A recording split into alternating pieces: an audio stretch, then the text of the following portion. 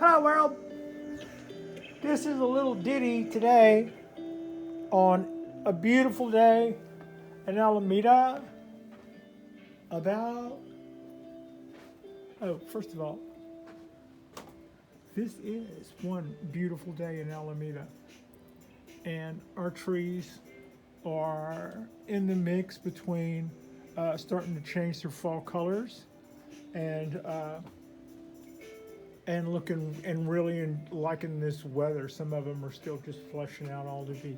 Okay, what today's show is going to be about is after 4 years of doing this, I can look back and see where I have probably enough mistakes to make a program. And this will be a small, I won't dwell on any one of them too long. But I think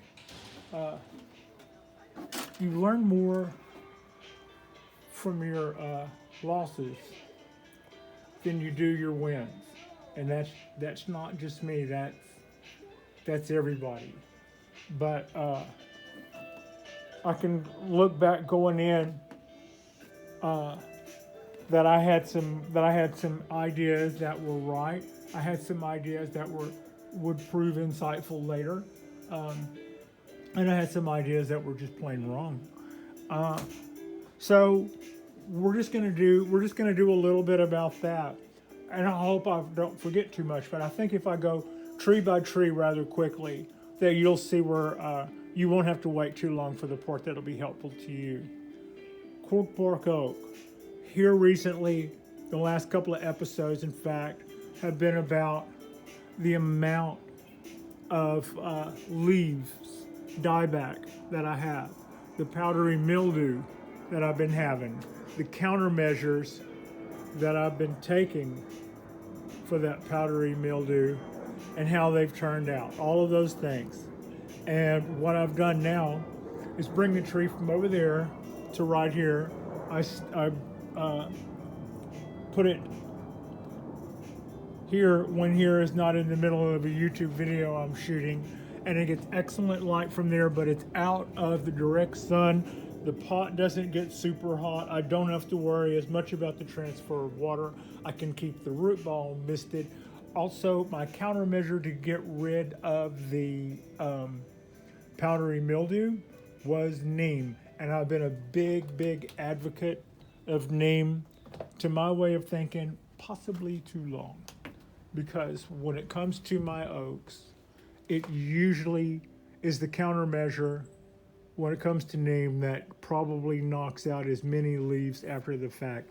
Oaks, for all of their tough guy attitude and for as sturdy as those leaves feel, they do not like being watered.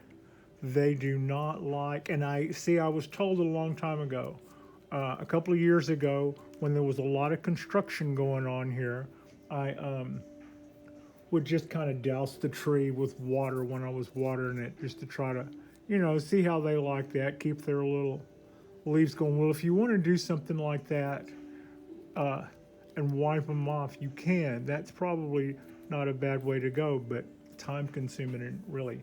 But the downside to that is I found out in all too quickly that those leaves would drop, and I was later told never to do that with oaks. You see people who douse their whole trees when they water.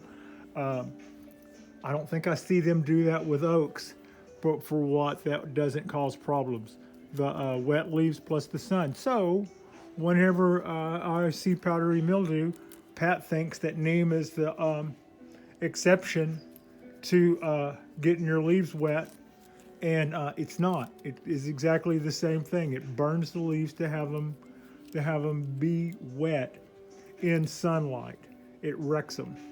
So we're still in a time of the year, I've said so about 6 times, we're still in a time of year where the tree is flushing out. Well, it is normally an exchange of foliage where it drops some leaves and then flushes out new ones. Instead, those leaves have been hanging out on the vine a little bit without any defenses because they were like half dead and the tree wasn't allocating any resources their way. So of course they would get powdery mildew. And then of course they would turn right around and give it to the healthy new flushes of leaves that didn't see it coming.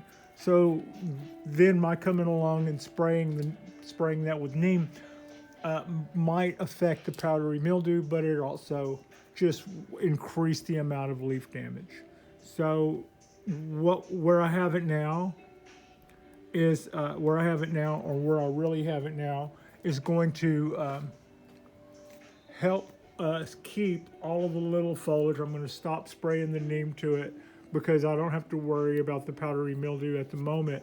And I'm not letting the pot get that hot. I'm also making sure with water and my mister bottle that the root ball stays hydrated. So what I've learned when it comes to my oaks is do not mess with the leaves. Do not pour things on the leaves to treat them. These spots on these leaves. I would see this and freak out and spray this and cause it more. Just clear, pure and simple. So that's what's going on there. That's mistakes that I've made with my oaks. Next would be my dawn redwood. My dawn redwood, when I got this tree, it looked like it was going to be a lot of fun to style. A close cousin to the bald cypress. My first idea was to make a cathedral, to use all the tops and just make a cathedral out of it. And a little bit through, I changed my mind and started cutting that back. And as I did, the tree lost energy. And then after that, it got powdery mildew and defoliated. And then after that, it started to flush back and we got a 90-degree day. And that set up a situation where we dropped leaves. Now everything that's on it is the stuff that is a carryover to our trying to is the carryover from when we tried to make a cathedral. So all of those bases are super huge and fat. I can't get anything started down low. I can't get anything. So we're just kind of letting the tree regain energy, waiting to see if it ever puts out anything lower again. We may be building this top. It looks like we're building this as the new top. And as that gets fatter, it may take in some of that gap there, but we could also go with some of that dead air space there, or some of that negative space would be pretty cool. It would be nice if I could cut those big heavy pieces back, or maybe I'm just going to try to find a way to style them that's kind of says chaos or whatever, and do a little rip and tear. But these things have abundant energy until you zap them, and then they can just fold up shop and say, okay, we're done for the year. And you can lose a lot of new growth that way. You can find yourself out of shape that way. And you can definitely over prune your dawn redwood. My pines. Few mistakes I've made with my pines. One of them that caught us out a couple of years ago is when I was doing a project on the balcony. I moved the trees inside for a few hours so that I wouldn't hurt anything. And when I brought them back out, it was before I had my it was before I built the gutter. My gutter system, which is the copper shelf basically, I set them back in different pans without realizing it. And I set this one down in a pan that next time I watered it, it had water up to there. And that totally killed the root mass at the bottom of this tree. And I might have caught it before I saw it, so that once I moved the tree out, the damage was already done. And then once the tree started showing a sign of really poor health and fast decline, I broke my own rules and did an emergency repot, which for the most part I kind of don't. Most of the time I think you're not really doing. But by going in there, I saw what the problem was and was able to avert it. So that was definitely something that saved our butts there. But I had to cut off a layer of roots down there at the bottom because I had a drip tray, and the drip tray allowed water to just basically set up that high. killed a mat of roots right across the bottom, blocking off all the drainage, and was totally wrecking the tree. So that was one thing I learned. Um, this guy, I over on my 17 year from seed this year, I overdid the needle pluck, and it has now what's called juvenile foliage, which it'll have until those become third year needles and go away. So we'll show the signs of that. I don't know that it's going to necessarily wreck us, but that's one thing that has happened to two of my refined pines. Refined means that they were already in a nice way before I met them. What is up with ponderosas? Man, I love these trees. The debate is still out there as to whether or not I can get away with growing these here. It sounds like grafting this guy or making sure that it winters someplace. Making sure that it winters someplace with the colder winter might be the way to go. But I also hear that oddly enough, our summers are not hot enough here in Alameda because it only gets like 4 months of growing season, but where it comes from, that's a lot hotter, probably 20 degrees or so here before it starts getting really god awful cold there. So I'm leaning towards grafting when I have a better grasp on grafting and can think I can do that with some success, because I also have to think about temperatures now and temperatures later, whether or not we're doing some temperature inversion. I mean, not temperature inversion, but whether or not it's the weather here is going to change in the future. And if I am just living in some place where I can maybe barely get away with this, maybe I should try to hedge my bet, and to that end, grafting would be the way to go, because then it would have a fuller mass that would expel water and oxygen more rapidly, and that would be more conducive to Alameda, like the black pines here, which is what I would graft it with. Love it here.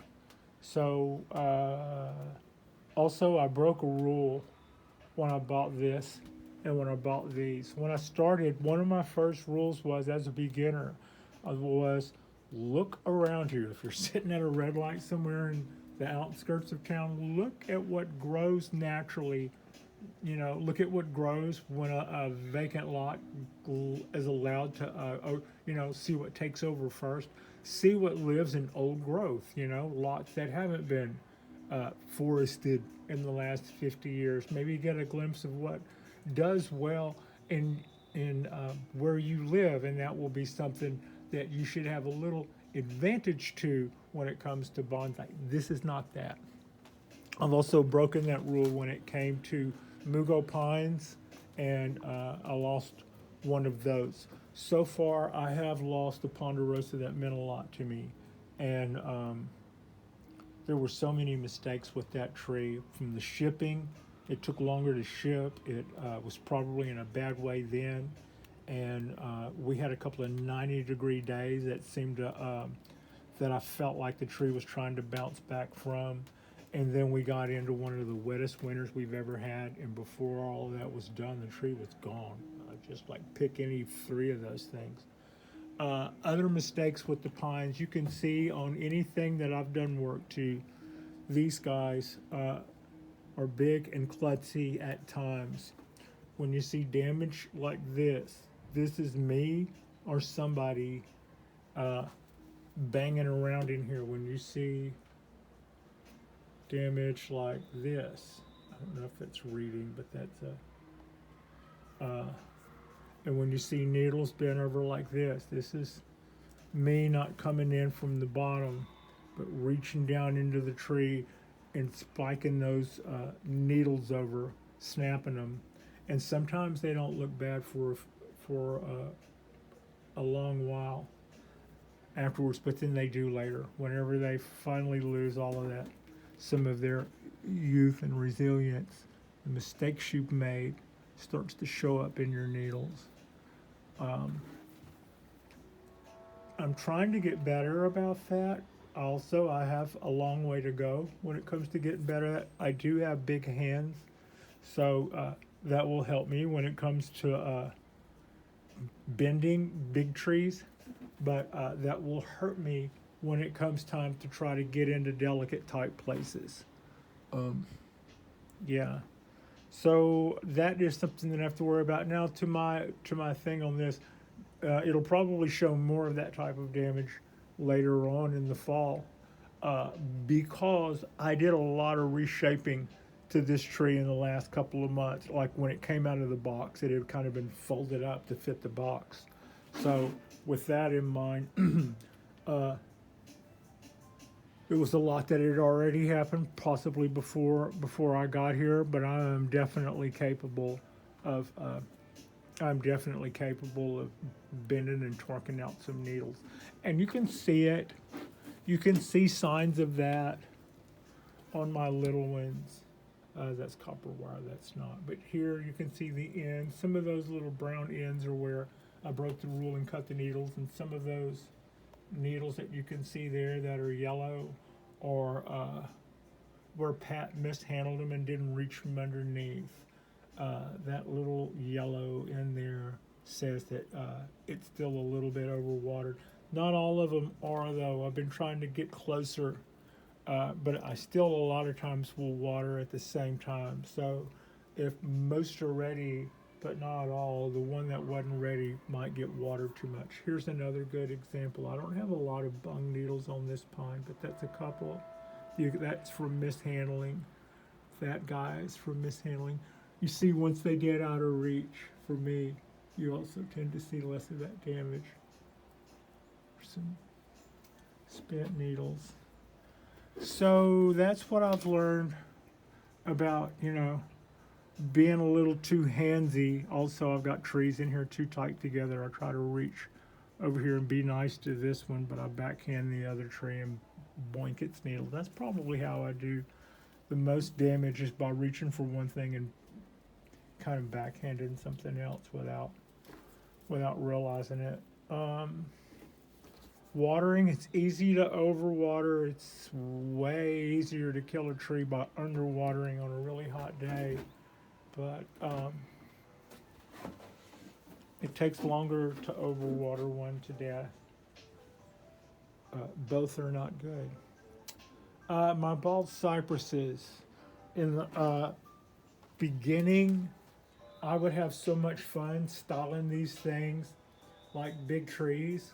I probably wasted the first year uh, not letting the trees get all the energy they could get. Like right now, that's an overgrown mess. That's by design. We've got like a huge amount of rollover to do. And this fall, I'm promising to do a lot of reshaping. I have hooked up with a site that specializes in bald cypress bonsai enthusiast. So I'm getting to see how a lot of different people handle this taper issue.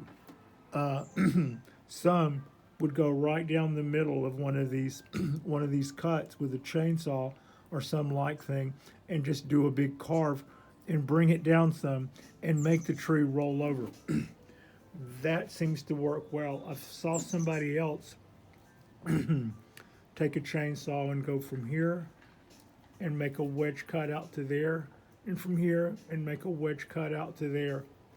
Uh, you can kind of see where that would lead to taper pretty quickly, but at the same time, uh, that would remove so much bark off the tree that there's so much of that then would have to be rollover. I was kind of wondering about that. And then there was somebody else who basically took a grinder and carved these down, rounded into a shape. Just kind of made it look like a candle top, like how a burned candle looks after you've blown it out. It's got kind of that, just kind of fluted right on into there. And then the whole thing was covered in cut paste. So on one hand, they've already totally shaped that portion of the trunk. They've made taper with the grinder. On the other hand, if they made taper with the grinder, I don't know how they controlled what layers they went through and how they could control that much die off. To say the least, they wouldn't have to grow. They wouldn't have to heal over something to make this, that. They've cut that basically with a grinder. But on the other hand, before that has bark again, what has to happen? Does that have to roll over, or will that shiny white exposed wood with cut paste all over it, will that start to form a skin, or will the skin have to come in the form of a roll? That's what I would want to know. It seems to me you could maybe spend longer trying to get that one to heal than you would trying to get this to get as fat as that. I'm already over half the way there with this particular limb, for instance, after a year or two. Now, mistakes. I should have done, okay, mistakes. I should not have styled this tree like it was a mature bald cypress. In other words, I would go from here to here and cut it back and design it in a way that it looked like a good bonsai diamond, to where if you squint a little bit with the foliage out in full bloom, you almost didn't see the trunk. Poor transition. Instead, you would just see the bottom base, and you would see all those limbs lacing out, and it was just, you can make this pretty early, but that also just kind of put that in my mind for later, and know this thing is going to be gorgeous when done. So I'm being really choosy and trying to do my research, because whenever this thing finally drops its foliage, we do have to do a little bit of carving. I'm thinking, or maybe wrestling with the possibility that I might have should have done this a couple of years ago, but also that doesn't mean I want to change my attitude and feel like I have to be hasty about it. Yeah, we are going to have things here that we have to work on so that they will transition and not just be a funny lean-to with the top coming out of it. And I've led on before that I am concerned that the rollover in these areas here will just come off like they're flat across a slab. So to me, that needs to be addressed somehow, dug out or something. But I might also do what they're suggesting and do a wedge out of that to meet us over here. I wouldn't have to give up that much bark, but all of that exposed bark area is a place where you could experience rollback. And I've seen rollback of bark before, like I can show you here. If I had a bad don't pick at it moment, I could turn that into a hideous scar. Would be preferable, would be for me to put that back down and allow somewhere in there it's rolling over this bark being pulled out. But what we're talking about doing in a couple of weeks, whenever all of our foliage is gone, is reshaping this bulge so that it doesn't bellow out like that, and maybe emptying it out a little bit more in here, so that whenever the tree does roll over, it'll roll over like a zipper right here. And I can bring that cut down just a little bit to maybe take care of part of this problem. That can all be part of the same deal.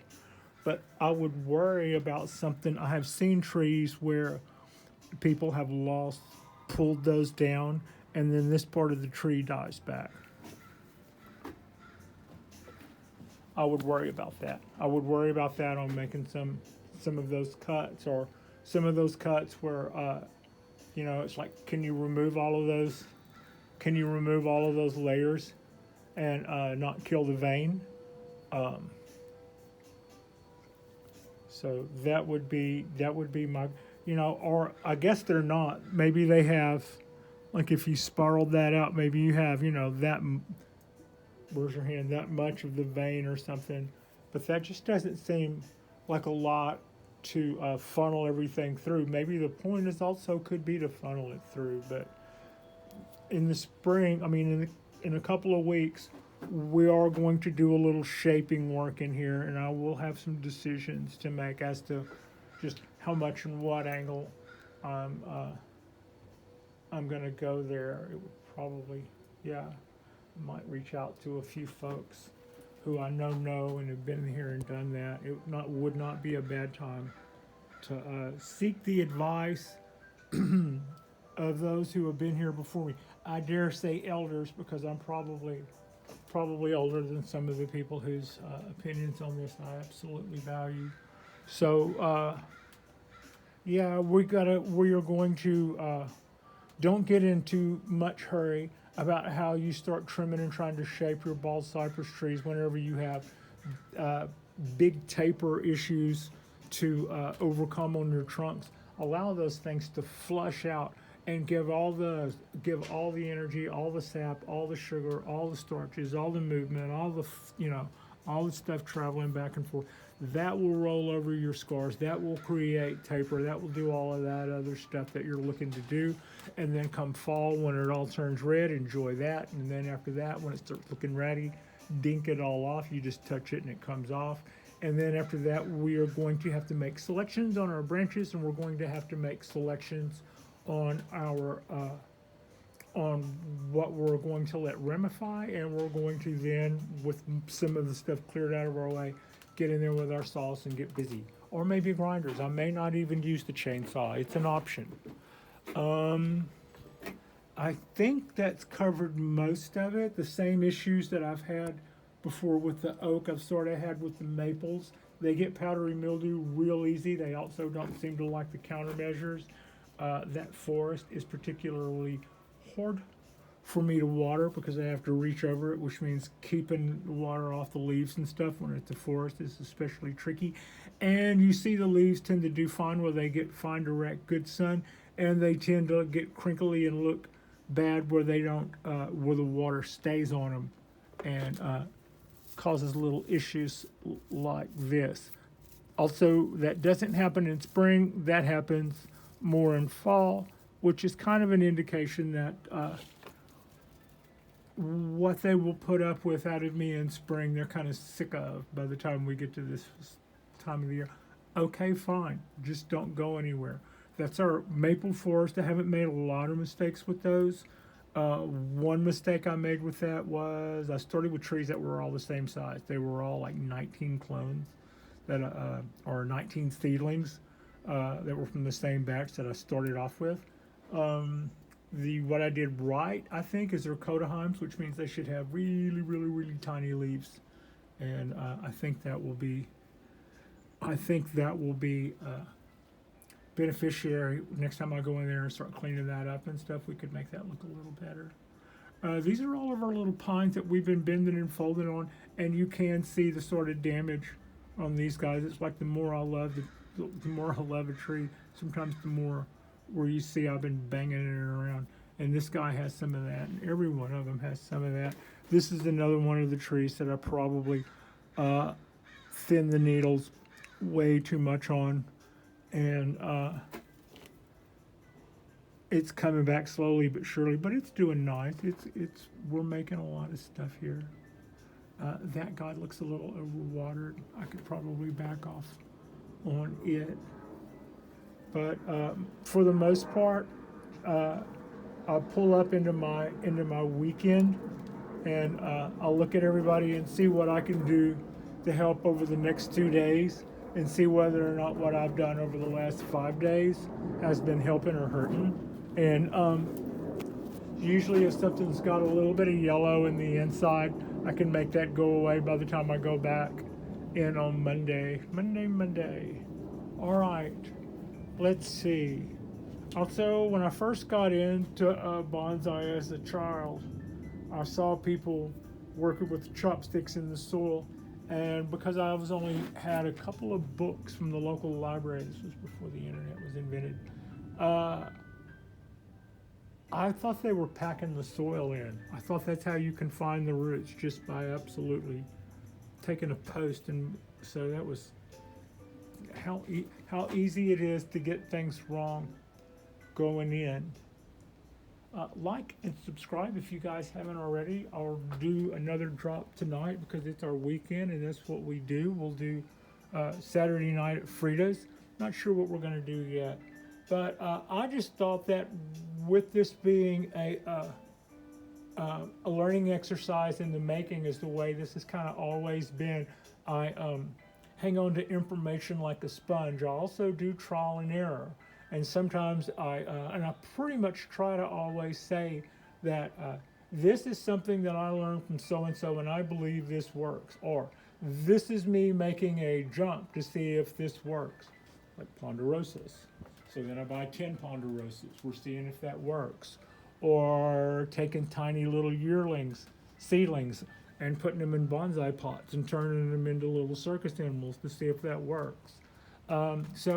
But a lot of times we get to see in real time how that works out. And some things we just move on from. Maybe you didn't see that video. So I thought this would be a good time to recap that in my going on 4 years now of us doing this. This is some of the things I picked up on. These are some of the things that I thought would be cool going in that maybe weren't. And these are some of the mistakes I've made. And we also hit it right a few times.